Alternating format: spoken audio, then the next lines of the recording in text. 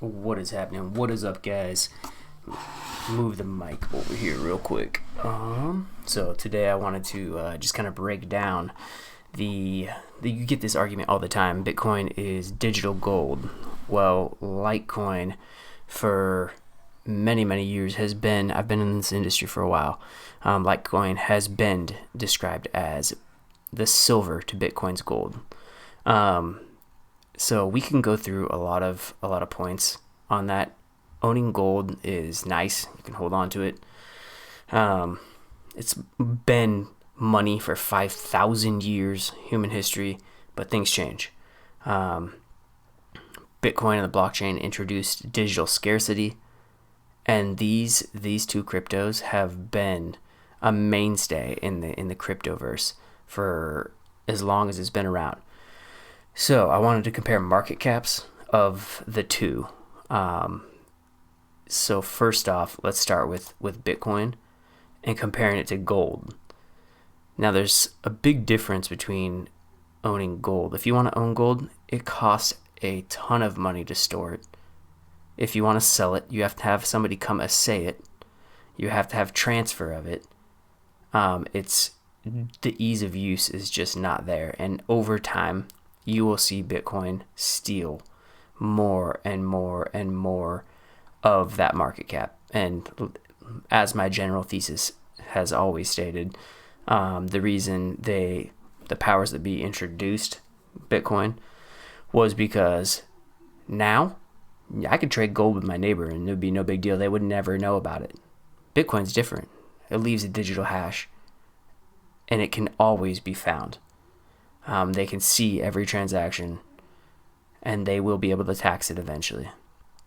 So that's why we are moving, in my mind, that's why we're moving to a digital form of gold and silver, and that's why they've suppressed gold and silver for so long by naked shorting it through all the institutions. JP Morgan's paid billions of dollars in fines, and they just keep doing it. Anyways, neither here nor there. We're going back to the market cap. Let's jump into it.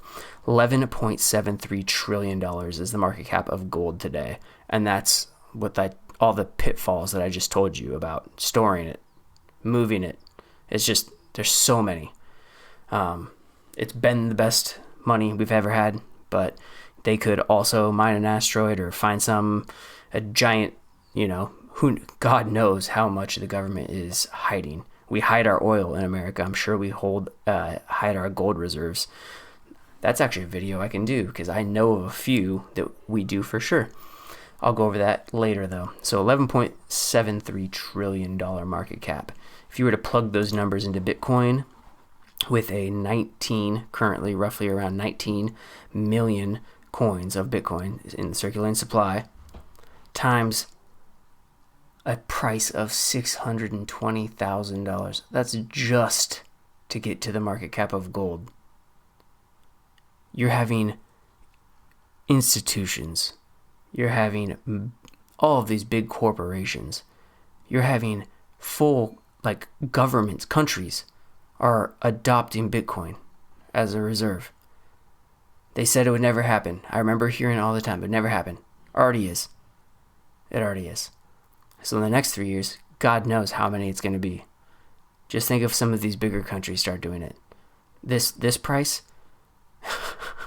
11 trillion, is nothing in the global scheme of things. Gold it's old news, and they don't want us. They've made that very clear. They don't want us on a gold standard. This is the new standard. It's going to be part of a basket. Now there's people that think Bitcoin, they're going to use Lightning Network and all of this stuff. I'm not a real big believer in all of that. We're not going to use it for daily transactions. It's going to be a store of value. It's going to be that thing that countries hold on their balance sheet and giant corporations hold a little bit on their balance sheet, which, by the way, I'm buying MicroStrategies in my Roth IRA. They hold so much Bitcoin. After, if you think about my whole thesis, and I have strong conviction in my thesis, and it hasn't wavered through all of this, why would you not buy MicroStrategies in a Roth IRA with the amount of Bitcoin they hold? if it gets to the prices that I think it's going to get to. Just doesn't make sense. So that's a $620,000 price point for Bitcoin just at the circulating supply of gold today. And that's the thing. We're always finding new gold. You ain't always finding new Bitcoin. You're losing Bitcoin. Yeah, gold and silver also get put into, computers and electronics and jewelry and that kind of stuff. But not nearly as much as it gets lost by people using these networks. And that's the thing too. I know down the line, owning a whole Bitcoin will be insane. Be part of that club if you can. Be part of that club, because when you can break it down into Satoshis, guys, like at some point you're just going to stop thinking about it as a Bitcoin. You're going to start thinking about it as Satoshis. People won't even talk about Bitcoins anymore. It'll be like saying like $1 trillion. How often do you use $1 trillion in your everyday life? I use it a lot because I do this shit, but most people don't talk about $1 trillion unless they're talking about the government printing money. So the next is the silver to Bitcoin's gold, Litecoin. So first we have to check out the market cap of silver, which is at $1.26 trillion right now. If you plug that in, $84 million circulating supply of Litecoin. That's roughly $15,000 a token to get to the 1.26 in market cap. What? $15,000 Litecoin? Guys, let's come over here. It was one thing when I was investing in these cryptos to look at them, and you can see the circulating supply. Check this out. Let's go find Litecoin. It used to be like sitting there, and I mean, this isn't that long ago. If my computer will load, come on.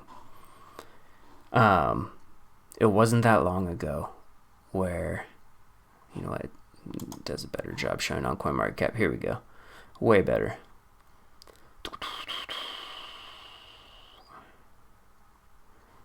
So there's, what is that? 85.26% of the circulating supply is already out on Litecoin. 85%. Guys, this is right now is when this starts to make a difference. I know the retail pressures are low right now, but on this next bull run is when we're going to start seeing real mass adoption by these retail players and by these institutional players. They're going to have to take it mainstream at some point. And with 85%, this is what I meant by you guys were early from 2016 and on. Still so early. It's ridiculous. What, you think Litecoin's going to disappear? It's been around for this long. Still here. And now its circulating supply is dude, this is becoming more and more limited. And I would say that about all of these. If it's in the top 100 and you see like Polygon, 87% of its circulating supply is already distributed. Cardano, XRP still has about half out, but wait till institutions start buying that up and using it. Bitcoin already at 92%. I know it's tough, especially for me. It's tough to buy Bitcoin because I know I can find some of these altcoin gems and they will give me a way bigger upside on the next bull run. If you can find them dirt cheap, like Casper, HBAR, XRP, like all the ones that haven't popped, just look out. But these guys, limited in supply, they're only going up from here. As this market matures, I know we're at the bottom of bear market, guys, but as this market matures and this thing is already 92% distributed out into the world, look out. They're not going to randomly find a huge, sloth of Bitcoin. That's just not how it works. So let's jump into the actual numbers with the 1.26. If we come over here, 15,000. God, that would be so nice. Can you imagine a $15,000 Litecoin? And I did have an article on Litecoin for those of you that aren't believers. You've heard the phrase Bitcoin gold, but do you know BTC's silver counterpart, Litecoin? Read how the two complement each other. Litecoin was created in 2011, so literally, what is that, like 3 years after Bitcoin, in an effort to introduce cryptocurrency with increased accessibility and transaction throughput that would be better suited for payments to serve as a complement to Bitcoin's more natural utility as a store of value. And as such, the Litecoin versus Bitcoin narrative oversimplifies the relationship more accurately. Litecoin has become the silver to Bitcoin's gold. So my whole thesis is we're going to have a few coins, and you can already see them, that will be stores of value. Litecoin is one of them. Bitcoin's one of them. Bitcoin Cash is one of them. I know they cater to faster transactions and stuff like that, but that was early days. You're going to see, like, I know Bitcoin Cash is doing a big thing over in the Bahamas and with some of these smaller countries trying to implement it as a store of value, that base layer currency. We already are seeing it in El Salvador and some of these other countries with Bitcoin. More and more countries will try to find, especially when we're inflating. I know we're hurting here with inflation in America, but look in these other countries, you guys. It's crazy. Like, they're getting hit so hard with this stuff, and they will look for alternatives. And some of these alternatives, Russia and US are secretly hoarding a bunch of Bitcoin, all stuff. You know what? Why not go with this new base layer that already has people mining it, that already has this? They've built up enough of a community and are decentralized enough for smaller countries to start putting interest in it. So I have a feeling you're going to start seeing more of that. And then you'll have also governments that will go the CBDC route, and they'll be investing into XRP and XLM and building out over those infrastructures, making CBDCs on top of them, just like Algorand. We'll continue to see that stuff. So the origins of Litecoin. Litecoin was one of the earliest altcoins to emerge on the cryptocurrency scene. That's another thing, guys. Like, it's been a mainstay. And to be 100% honest, I'll link this down below and I'll let you guys read through it. I don't want to read through this whole thing, to be 100% honest. Like, you have to understand that there are a few cryptocurrencies that have been around. There's so many I've seen come and go. There are very few that have stuck around for the entire time and that still have communities. And that means something. That really does mean something. It's a vote of confidence. And I definitely, as big as I am into these ISO 222 compliant cryptos that we go over every single day, there is a part of me that is, this is angel investing. You want to spread it out. We can go this way with all these ISO coins, but I think they're going to give the people that sense of sovereignty, so that Bitcoin, Litecoin, BCH, they're all decentralized. You guys can use those as your base layers. Yeah, we can still trace, track, and tax every transaction you make. But, for everyday usage, a lot of people will probably choose to use these fast CBDCs that are running over these other networks. Do you get what I'm saying? Obviously, you can't, not as easily, you can't do these NFTs and all this stuff on Bitcoin, Litecoin, BCH. You can, but it's not the same. You can be paying fees out the ass, and they'll be looked at as stores of value. And there aren't that many. Like, there just aren't. At least ones that have had mass adoption for a long period of time. Now, if Litecoin and BCH fall off over the next couple of years, yeah, I have no problem getting out of them. Bitcoin might be the king, but I am not a Bitcoin maxi. I will move with the market as I see it, if that makes any sense. I'm not married to any cryptocurrency. I'm not married to Bitcoin. I'm not married to XRP.